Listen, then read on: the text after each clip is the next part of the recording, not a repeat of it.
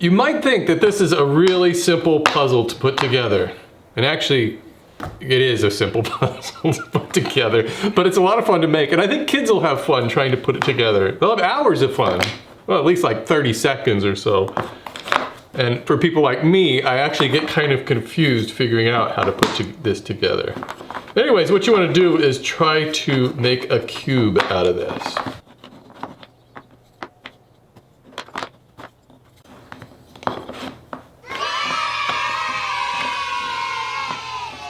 The easiest way to make this is to just download this template and use it, but really you can scale this up to any size that you want.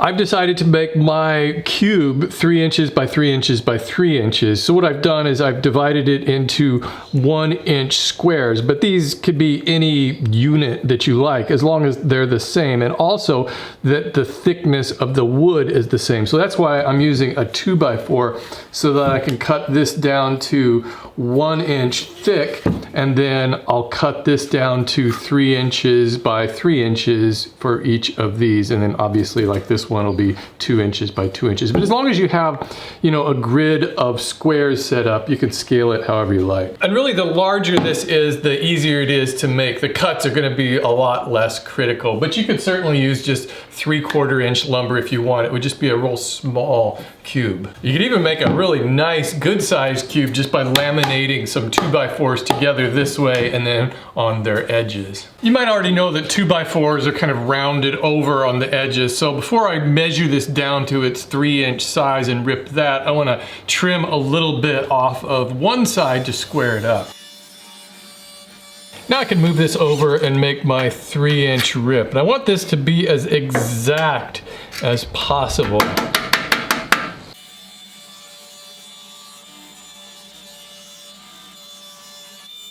Now I'll cut this board on its edge down to 1 inch thick. And here too, I want to cut a little off of each face. I like to set up a feather board when I'm resawing lumber this wide to help keep it pressed against the fence. And with this much of the blade exposed, I prefer to use these long push sticks to keep my fingers nicely out of the way. Now I can move my fence over to an exact 1 inch measurement and cut the other space of the board.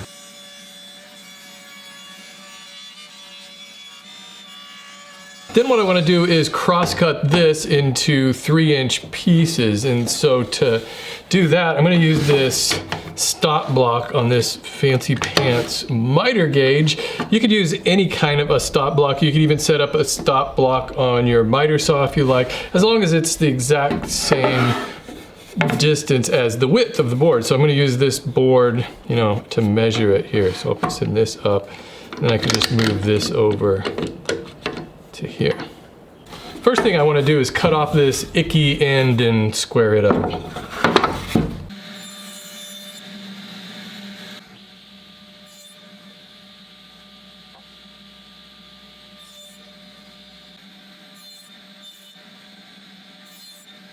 To test the size on these, I can just kind of rotate the grain different directions and make sure it's flush each way.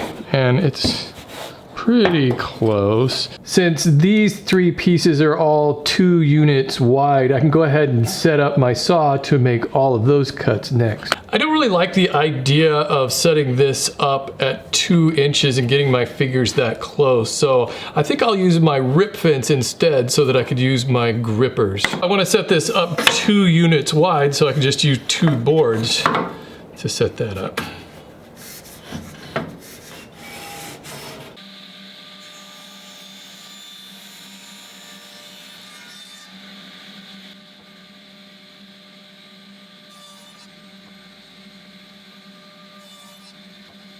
One of these is just 2x2, so I can use the same setup for that cut. I'm going to use this leftover board just to provide a little bit more support for my gripper.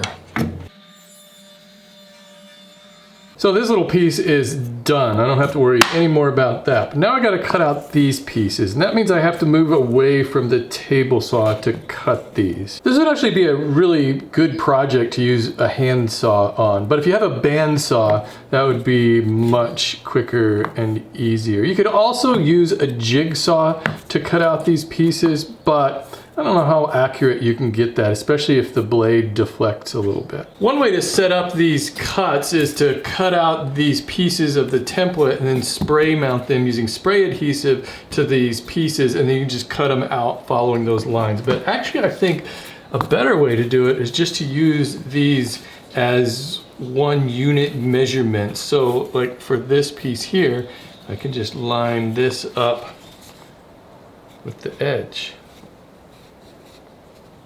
and draw a line like that. So this is the part that I want to cut out of this piece. This one I just need the 1x1 square cut out.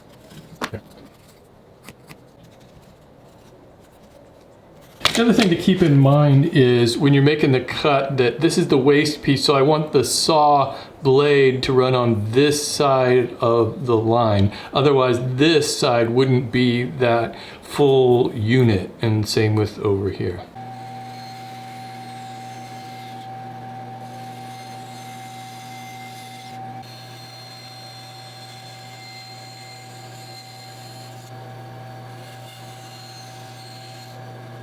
I'll just sand off those bandsaw marks real quick.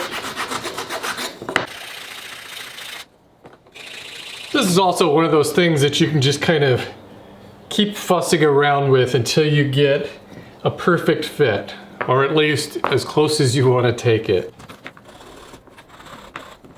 I suppose if you had a CNC, you could just cut this out and be done with it. You guys ever see that movie, The Cube? It's okay. I don't really recommend it that much. Totally cubular.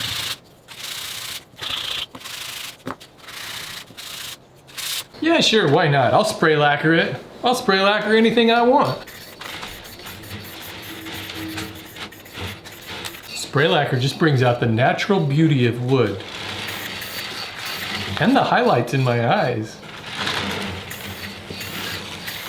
Well, there you have it. There is a fun way to spend a couple of hours in your shop and use up some scrap wood.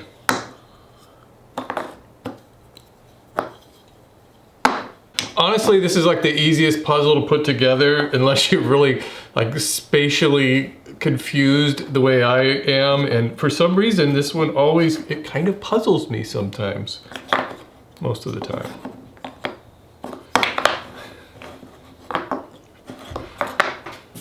Perfect.